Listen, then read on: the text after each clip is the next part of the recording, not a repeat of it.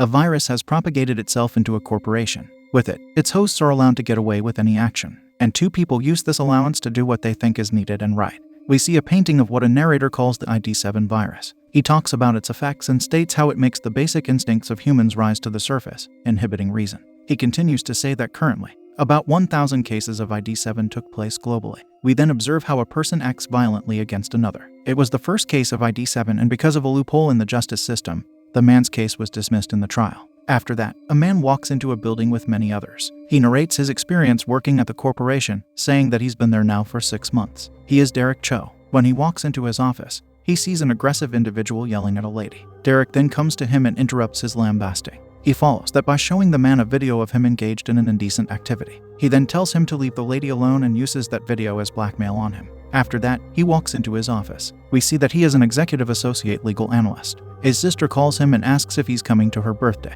but he tells her he won't be able to make it. Then he tells her he does not have time for anything, even this phone call, and he hangs up on her. Afterward, Derek enters a room where a lady sits. She talks about a foreclosure case with him and he tells her what she needs to do. They argue for some time until she asks him who is calling the shots on the case. He tells her that it's Irene Smythe, which leads her to tell him she wants to talk to her. That causes Derek to make a phone call and security takes the lady away. She utters profanities in the process. Then we see Derek drinking water that contains the ID7 virus. Later, he talks to the lady he protected earlier. She tells him that he messed up a certain case, but he tells her that he doesn't work on the case she mentioned. When he leaves, we see the man he blackmailed has a red eye. Derek enters the elevator and narrates about Kara Powell, who is known by many there as the Siren. Then he comes to see her and tells her that the client is hers. He adds that the blood is on her hands, but she tells him that a complaint case was assigned to him. He responds by saying he was set up. When Kara gives him the file, he tells her it was planted. Yet she tells him that the corpse was found in his office. They then agree to resolve this dilemma by going to the boss. Shortly after, we see them enter the office of John Towers. He shows them a picture he drew and asks them what they think of it.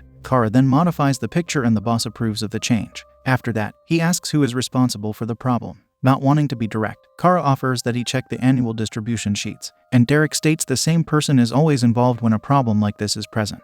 Then he also modifies the drawing to indicate that the person is a female. That prompts John to tell him to leave so he can talk with Kara alone. Following that, Derek comes to talk to his friend, Ewan. He tells him about the mistake that was attributed to him. They talk for a short while about it until Derek states he is at war with Kara. And as soon as he says that, Kara comes in and tells him the war is over and that he is fired. Very upset about this, he mentions taking this situation with the board of directors. In the next scene, we see the 9 board of directors. They vote to have Derek removed. Then Derek narrates about Lester McGill. We see him walk and come to know he is referred to as the Reaper. Lester comes to Derek and drops the file on his desk. He tells him where to sign, but Derek says that if he signs it, he could face legal action from the client. He concludes that he wants to speak with the directors and that he's not leaving this building until he pleads his case. Meanwhile, SWAT police arrive at the building and state it's under quarantine. As security escort Derek to the lobby, they all observe the situation outside. John Towers then talks with a virus specialist on his TV. She informs him that the building is infected with the ID7 virus. Right after that, we see Derek getting assaulted, which brings him to the floor. The lady then tells John that a neutralizer was released into the building, and that in 8 hours all traces of the virus will disappear. Until then, the building is under quarantine. After that, Derek attacks the man who struck him. Then Ewan comes to him and pins him to the wall. He tells Derek that the virus is a blessing in disguise and that he should remain in his room until the quarantine is over. We then see the ruckus that is happening in the workplace. John slams the table with a golf club and tells the directors to make sure everyone goes to work. If anyone doesn't, they get fired immediately. Afterward, Derek rides in an elevator and screams profanity at the mirror. Then he enters a room where personnel beat him. The main one is Colton Snyder. He sets up his phone so that John could hear how Derek receives his punishment. But then Ewan comes to his rescue and fights with Colton, who quickly ends his life by accident. The boss hears it and gets upset over the loss, and then Derek gets knocked out. When he wakes up, he finds himself alone with the lady from earlier, Melanie. They fight each other, and as she has Derek on the floor, she says she will sue everyone after she leaves. But Derek reminds her that it's the virus doing this, which means no one can get sued for their actions. He follows that by reminding her about Irene Smythe, the lady who is responsible for giving Melanie her problem. Derek says they could get her instead of each other. She then agrees to it and they stand. After that, Derek looks for phones to make a certain call. We then see how the boss gets invited to a call that Derek set up for him. John then enters the video call with Vandercore CEO. Derek is also on the line, pretending to be a lawyer of John's. Frank then tells John about the document Derek showed him and Derek explains what it is, that it could hurt Frank's business. Then Derek tells him some more and Frank ends up ripping an invoice that John sent him. The CEO follows that by abruptly ending the video call. With that, John angrily orders that Derek be dealt with violently. Later, security enters their room and sees Melanie on the phone. Derek comes behind them and strikes them to the floor with a big wooden stick. Then in a fit of rage, he possibly ends one's life. What follows is the duo getting equipped with weapons available to them in that room. Derek tells her what the plan is and they venture out. We then see Lester trimming his small tree. When he leaves his office, he spots Derek and Melanie a decent distance away. Melanie fires a nail at him, but he blocks it with his cane. He then runs and they chase him. When he hides back in his office, security tases Melanie to the floor. Derek escapes by ducking and running to a cubicle. After that, Lester comes to Melanie and starts attacking her. Meanwhile, Derek attacks 2 security personnel and Melanie kicks the nail gun to him when Derek comes with inside. He picks it up and comes after Lester, who hides in his office again. The duo then busts through and demands the keycard from him. Lester gives it to Derek, but he severely injures his hand immediately after. This prompts Melanie to fight him and he gets her to the floor. She takes out a saw and ends the man's career. Following that, she frees her teammate. The next scene has Melanie recording a video of Derek talking about how the virus negatively affected a model citizen.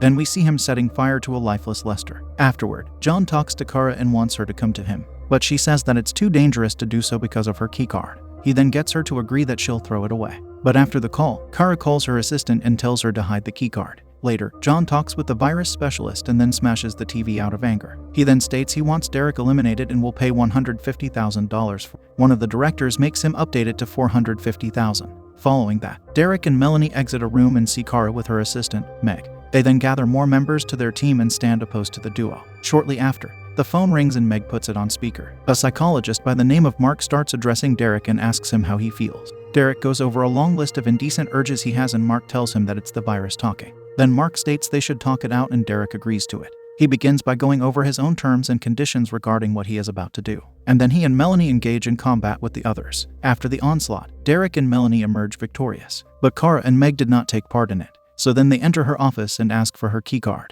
Kara has Meg bring the keycard in, but when she places it down, we see it is destroyed. This causes Kara to berate Meg for what she has done and asks her why she did that. And Meg tells her that she was offered a promotion for doing it. That leads Meg to injure Kara and they fight off screen. Afterward, Derek makes another video where he and his partner insult John. Later on, Derek asks her if she still has that foreclosure paperwork. She says she does and gives it to him. After inspecting it, he tells Melanie she is in luck because it's part of a bad batch. He adds the original could even be lost. Then he states that a signature from upstairs could void it. Derek finalizes by apologizing to her that he did not help her before. After forgiving him, he gets a video message from John. In it, John reveals a deceased Ewan to Derek. Then he performs an indecent act on him, which makes Derek cry. Following the tears, he and Melanie engage in romance. In the next scene, the couple comes to a man named Ray for help. Derek tells him to hack into Irene's computer. When he does, Irene calls him and tells him about her slow internet. Ray complains for a while and then sends her a patch for her to install. After doing it, Ray gets access to her files and then her hard drive gets erased. Irene tries calling Ray but talks to Derek instead.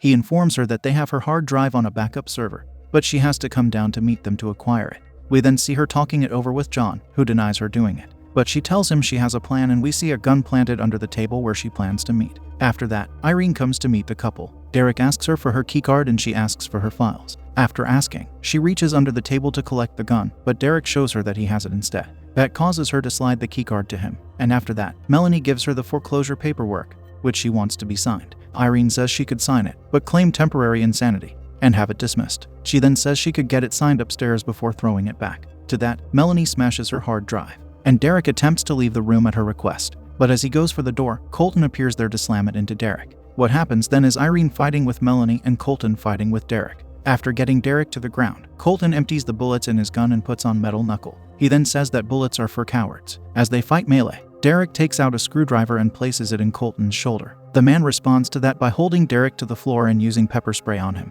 And Derek accepts the spray into his mouth and then spits it onto Colton's eyes. He follows that by ending the man. After that, he rushes to the nearest water jar and consumes the water from it. Then he comes to Irene and demands that she give them the access code. But she wants him to give Melanie to her first. Derek rejects it and starts counting down from 5.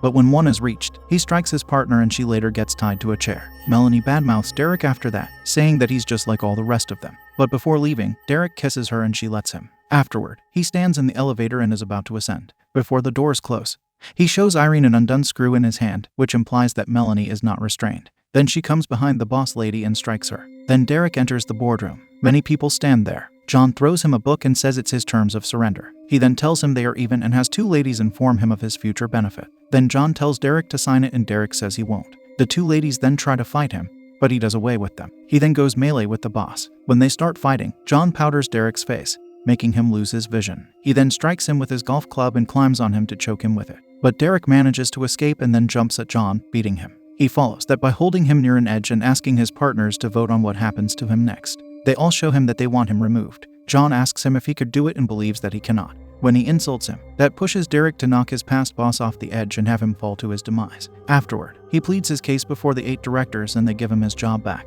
But then he narrates how he realized the job had him, so he became a painter. The directors offered him John's job, and after seeing him paint with Melanie nearby, we see him sign the paper before saying that he quits. He finalizes his narration by telling us to paint our own path to success.